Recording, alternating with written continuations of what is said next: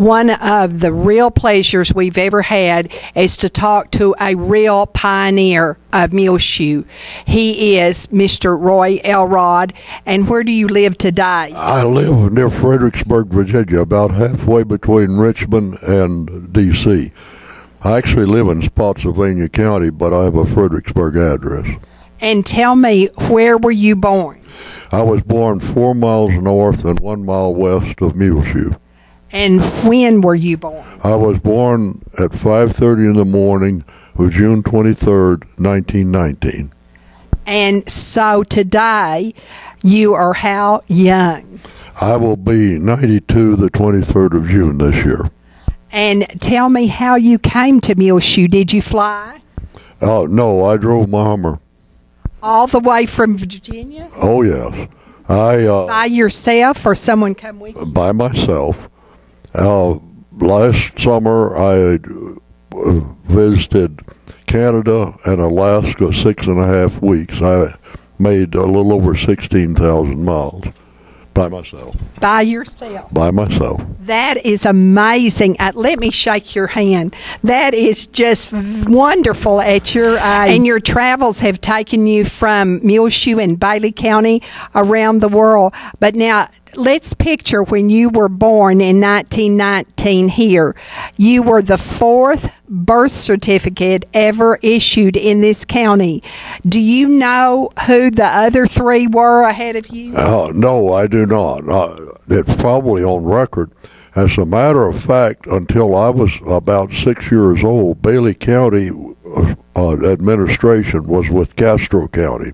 In Dimmitt. And I remember when the records were brought here, that everyone had gathered where the courthouse square is now and watched the 3 Model Ts drive up with the records. And you remember that? I remember it very well. My father planted the elm trees around the courthouse square long before there was a courthouse. And now, do you know who were in those cars that brought the records to Muleshoe? I know 1 or 2. My Uncle Jess Elrod. And Bill Kennedy, William Kennedy. I think William Kennedy was the first judge of Bailey County. M.P. Smith, and I don't know whether Mr. Hart was with them or not, but E.R. Hart. Yes. He was one of the very early people here. Now, did they actually steal the records, or was this a transfer of records, or how did the records get here? Well, according to Texas law at that time, a county had to have 90 voters before it could have its own administration. Now, exactly what the process was, no, I don't think the records were stolen. However, there must have been some concern about whether the people in Castro wanted it or not, because all of the people that were in these Model Ts were carrying a rifle and also wearing a 6-shooter. Is that right? And so now, you were how old at this time? I was probably 6, maybe 7. I don't remember exactly. It was an exciting day. Oh, yes. A lot of people were gathered where the courthouse square is. The first courthouse was a 2-story wooden building. And I guess about the time I was 8 or 9, they moved it diagonally across the street, and it became the Legion Hall and the place for the Masonic Lodge to meet. And also, about the time I was 12 years old, we organized a Boy Scout troop, and we met there also. Is that right? Now, the house you were born in, is it still standing? It was. There was a framework portion there until probably 10 years ago. And your parents were whom? Roy Elrod and Nina Elrod. My mother's maiden name was Wallace. She was Nina Wallace. And your grandparents came here on your father's side before that, right? No, they came after both my mother and father. My grandparents came here late in 1916. And what were your grandparent Elrod's names? William T. Elrod. And your grandmother? She was Cordelia Holland. And so now about your mother's side of the family, how did your mother get here? The Colburn Land Company had contacted my grandfather to come down and set up a demonstration farm, and they moved out here from Rocky Ford, Colorado. Well, my grandfather was named J.F. Wallace, and he stayed here 2 years until that farm was operating, and then he moved back to, he and my grandmother and one of my uncles that was their youngest child moved back to Rocky Ford. What was your grandmother's name on that side? My grandmother was Sina Dodd. And so your mother had sisters and brothers who stayed here? My mother's sister stayed. And what was her name? Faye. And my mother and her sister married brothers, Roy and Carl Elrod. And now I knew Bill Elrod. Now, how was he related to you? Bill Elrod was the youngest child of W.T. and Cordelia. He was my uncle. He was, yes, he was 14 years older than I. Now, your earliest memories of Muleshoe, what did it look like? It was just a few buildings. The only commercial buildings were E.R. Hart Lumber Company, the Gupton Hotel, a one-pump gas station, the Blackwater Valley State Bank, M.P. Smith's General Store, and, of course, they had the post office there also. Now, of course, Muleshoe was started because of the railroad being laid through here, but it was Old Hurley and New Hurley. Well, did Old Hurley come first? Old Hurley was there first, and when it was missed, they moved it down to New Hurley. And the train wasn't stopping there, and the people there were very concerned about it. And a time or two, they greased the track a quarter of a mile in every way so the train scooted to a halt. And now, where was Old Hurley located? Old Hurley was 3 miles north and 1 mile west of Muleshoe. And New Hurley? It was about 4 miles straight up what is now the Clovis Road. Right, they moved it right to the railway. So the old church that was actually pulled in with the old rumbly tractor was from Old Hurley or New Hurley? It was from Old Hurley. The old church and the first 2-room wooden school building were both pulled in by my Uncle Jess. Jess Elrod pulled those in with the rumbly tractor. That's correct. Do you remember the moving of those buildings? I remember when they were still at Old Hurley. Do you? We went to church there a few times, and my Uncle Bill went part of his high school there. Now, that was the first United Methodist Church here in Muleshoe later when it was brought into town. That's correct. And the first time it was remodeled, the contractor that I was working for when I was 16 had the contract, and I wound up putting new shingles on the steeple of that church. And who was the contractor, do you remember? Yeah, Sylvan Robinson. Is that right? And, of course, he has a son who still lives here today. Oh, I didn't know that. Is this the one named Roy? No. Roy was named. Well, in fact, his daughter still lives here, too. Yes. A son and daughter still live here. Yes, they were just tiny children when I left. And now when you left in 1940, you've told us what it looked like in your earliest memories. Now, what did it look like in 1940? There were approximately 3,500 or so people here, and it looked a whole lot like it does now. Not as big as it is now, but very, very similar. Do you remember any of the stores in 1940? Yes, there was a dry goods store, Now, names are very, very tough for me. St. Clair. I can't remember that name.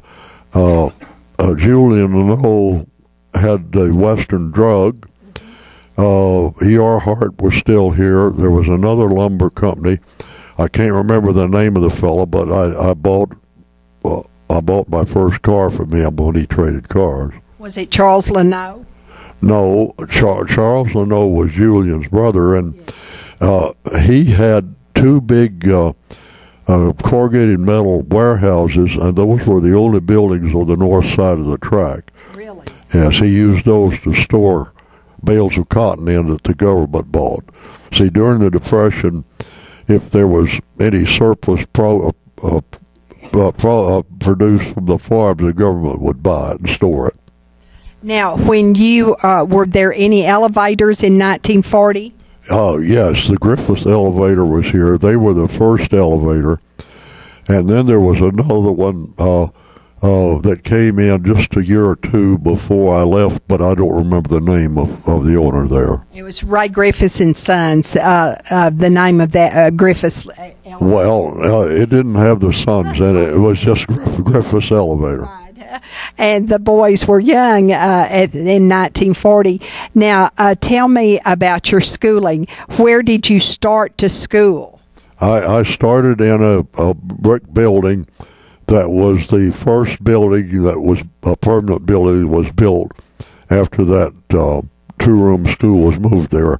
I think the building was almost new when I moved in, and it was both the grammar school and the high school. Was it two-story? It was two-story. And so it stood until about 1954 or so, 55, or maybe even, no, I believe it was about 57. It stood there on that school ground where Meredith Shazo is today. Now, do you remember who your first teacher was? Yes, Miss Mongle. And what year was that you started to school? See, I was 6, so that would have been 25. 1925. And so who were some of your friends when you lived in Muleshoe those 21 years? My best friend was Houston Hart. There weren't that many around then. He was really the only close friend. I was very much a loner. In fact, everyone then was pretty much separated. There were weeks at a time that I never saw anyone, even in passing, other than my mother and my sister. And now, did you live out in the country all the time you were reared here? Yes. Well, my father died when he was 31. He died in 1923, and they had bought the farm that I grew up on just before he went to the hospital for his. He died in the Masonic Hospital in Temple. And so now, in the Muleshoe schools, were there things that you could participate in? Like, did they have football or track or basketball or any activities like that? Yes, they had all of those things. I personally participated in track and football. I tried basketball once, but the coach couldn't keep me from tackling the people. And but the girl that became my wife in high school played basketball. And at that time in high schools, they didn't have the A, B, and C and whatever. High school was high school. 2 years they went to state. Muleshoe did? Yes. Once they were beaten by Dallas and once by Houston. And where were the state games? Truthfully, I don't know. But there were only 9 girls, and my wife had a little charm bracelet thing that they were giving her at one of the district meets called a district dead shot, and it was a skull and crossbones with ruby eyes, because she would shoot from out what's now the three-point ring, and they had a big girl named Jane Wilburn that played under the basket. And the teams that were defending against them never could figure out how to defend against that kind of an attack. And now your wife's maiden name was what? Melda Chandler. And so who were her parents? Robert Chandler and Viola Shihagan. And so what year did your wife come to Bailey County and Muleshoe area? 1932, when she was 13 years old. Now, did she have any family who stayed here? She moved here with her older sister and her husband. Her mother had died when she was 12, and she lived with that sister for 4 years. And when they moved here, she came here. And who was that sister? It was Emma D. Copley. So that would be Mr. and Ms. A.W. Copley, who lived right out at the edge of Muleshoe off the Clovis Highway. Yes, but at the time my wife lived with them, they lived in town. Uh-huh. And then they had Doris and then twins, Don and Levon Copley, who all graduated from Muleshoe High School. That's correct. Did Mr. Copley farm? He farmed, I think, the last few years, but he came here to manage a gin. Oh, really? Uh-huh. And I remember Mrs. Copley worked for years for Sam Dameron at Dameron Drug. Yes. And so now, any memories about other teachers that you might have had in the Muleshoe schools, or any events or activities of Muleshoe school system? Well, when I was, I think, the 7th grade, at that time, 1 through 7 was considered elementary school, and the principal was Fred Bright. I remember him. And then in high school, I remember Miss Boone, Miss Beatty, Odessa Harden, Mr. Stevens, and Mr. Cox. Those are the only ones whose name come to me right now, because I have a lousy memory for names. Now, Beatty, was that the lady who married Dr. Lewis or not, or a sister of hers? That was her sister. Her sister, uh-huh. Was she Miss Beatty? She was Miss Beatty, yes. And so... I remember one other teacher, Doug Borton. He taught Spanish. And so do you feel like you got a good education here in what was really pioneer days of Muleshoe? Yes. I learned all the basics here. Those teachers stayed on you till you did learn. And what year did you graduate? 1936. And what did you do when you left Muleshoe? I went 2 years to Texas A&M. And then after that, what did you do? Well, but since I was paying my own way to school, I decided to keep from having to work during the school year, that I would stay out and work a couple of years and save my money. And it was during that time I became convinced that our nation was going to get into the European War, and I joined the Marine Corps in 1940. And you were the first from Bailey County to join the Marines? I was the first boy ever from Bailey County to be a Marine. Now, several others followed me in, and I actually crossed paths with 2 or 3 of them. I never served with any of them. Do you remember who those other Marines that you crossed paths with were? I can remember a few. Willis Farrell, Jack Barber, Delbert Parsons, and I think one named Witherspoon. There were 1 or 2 others. Wilson Witherspoon, W.W. Witherspoon? Somehow the name Burl sticks in my mind, but that could be wrong. Sure, I understand. So now, in your service years, you stayed in the service for how many years? 21. I served from 1940 to 1961. Were you ever a spy? Yes. And you want to tell me anything about those years? I swore on having my fingernails inserted with burning splinters, never to talk about it. Well, can you tell me where? I was primarily working against the Russians. And I was being hidden out in Morocco, and I spent a lot of time with the Foreign Legion there. And so I would say that was a good place to spy against. Yes, at that time, we were convinced that we were going to go to war with the Russians. And now, tell me your feelings about Muleshoe today. When you come back, how do you feel about the Muleshoe in Bailey County and this community? Well, the main thing that's changed here is nobody lives in the country anymore. That's right. When I was growing up, everyone had to live where they could take care of the animals. And at the time I left here, tractors were just beginning to come in. And probably only a handful of farmers in the area had a tractor, and they were the old iron wheel ones. I bet frying cocks was already established by 1940, wasn't it? Yes, I used to like to go sit in the blacksmith shop and watch Mr. Fry, the blacksmith, hammer on the iron. And Mr. Fry was the stepfather of Ed Cox's daddy. Yes. And Ed still runs that business today.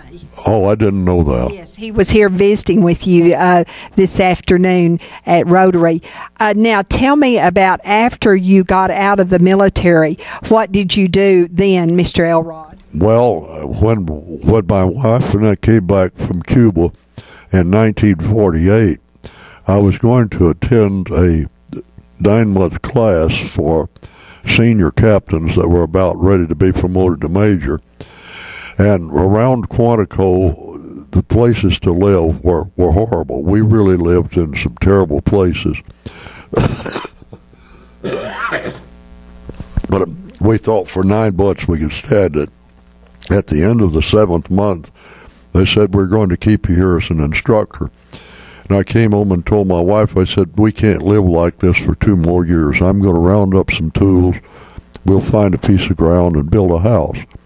So with our 4 hands, we built a house. And after that, in our spare time, if we were in a good place, we built houses. So you were a contractor? Well, at that time, it was just a sideline. It was the 2 of us. By the time I had time enough to request retirement, my wife and I owned 7 houses free and clear, and rent was more of my pay. And so, do you have a company today? I closed it down in 1994. Right now, I'm joint venturing with a boy that my wife and I considered our son, and we do all kinds of things that you do with large, heavy earth-moving equipment. At the present time, we have a very nice contract with the Corps of Engineers building levees in New Orleans. Oh, well, now that is a challenge. Yes, I've not seen that job, and I intend to go through there all the way home from this trip. Now, leaving Muleshoe, you're going where? I'm starting here as soon as I leave to head to Farmington, New Mexico. And what are you going to do in Farmington? I'm going to visit the former Levon Copley and her husband and their 2 sons and their families. The Bob Calkins, right? Is that Levon's married name? Yes, Robert Calkins is her husband. Well, please give them our best regards. Such a fine family. Yes. There's one thing I might add. You mentioned something about travel. My wife and I went around the world twice, and we have both been in somewhere between 45 and 50 countries. Wonderful. And did you exercise in every one of them? Yes, but my real down-to-earth exercising has started since my wife's death. Is that right? Now, what is your exercise pattern? Is it daily? No, I go 3 times a week, Tuesdays, Thursdays, and Saturdays for an hour with a trainer. Is that right? And so what kind of things do you do, and how is your endurance? My endurance is fine except for long-distance walking, but that's residual effects from my wounds.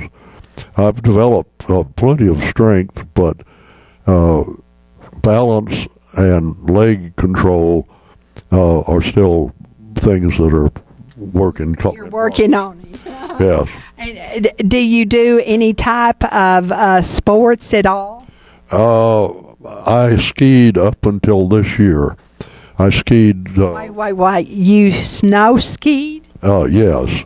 I snow skied until this year, and I decided it was time that I didn't need a serious accident. And where was the last place you went snow skiing? Utah. Was that at 91 years of age? Yes. That is amazing. It really is. Well, the water must have been wonderful here in Muleshoe to give you a really good start. Well, the water here is where the idea of fluorine came about. Dentists discovered that people from here very seldom lost their teeth and very seldom had to have dental work. And that led to the nation adopting fluorine in municipal water. The fourth birth certificate ever issued in Bailey County was issued, actually, I bet not in 1919. It probably was actually issued later, dating your birth to 1919. Well, I had not needed a birth certificate until I started the idea of getting into the military, and I was thinking about going into the Army Air Corps. This was before the Air Force. And to apply for cadet training program, you had to have your college transcripts, a birth certificate, and letters of recommendation from 3 people that had known you. And that's when I wrote and asked for a birth certificate. And was there a doctor there with your mother when you were born? I am not certain. The first there may have been a Dr. Foote, because his name appears on the birth certificate. Now, whether he was there or whether he saw my mother afterward, I don't know. The first doctor in Muleshoe was Dr. Matthews. And until then, if you needed hospitalization, you went to the Santa Fe Hospital in Clovis. Is that right? Now, one other thing I just want to comment. I know we're going long, but Mr. E.K. Warren, did you ever see Mr. Warren? No. He was the owner of the Muleshoe Ranch. I understand he was very benevolent toward Muleshoe in this area. He set up the 25 acres that was the original township and gave that to the township. Is that right? And he gave other things also, like that bell in the belfry of the Methodist Church that was brought in from, was it Old Hurley or New Hurley? It was Old Hurley. Old Hurley. He gave that bell. And anything else that you know about E.K. Warren? No. Well, I want to thank you because you know plenty of history firsthand. You didn't read it. You really lived it, and it has been a real pleasure, and we hope you'll come back and visit us many times. Roy Elrod from Fredericksburg, Virginia, but he's a Muleshoeite, okay? Well, if my wheels don't fall off, I'll be back. Okay.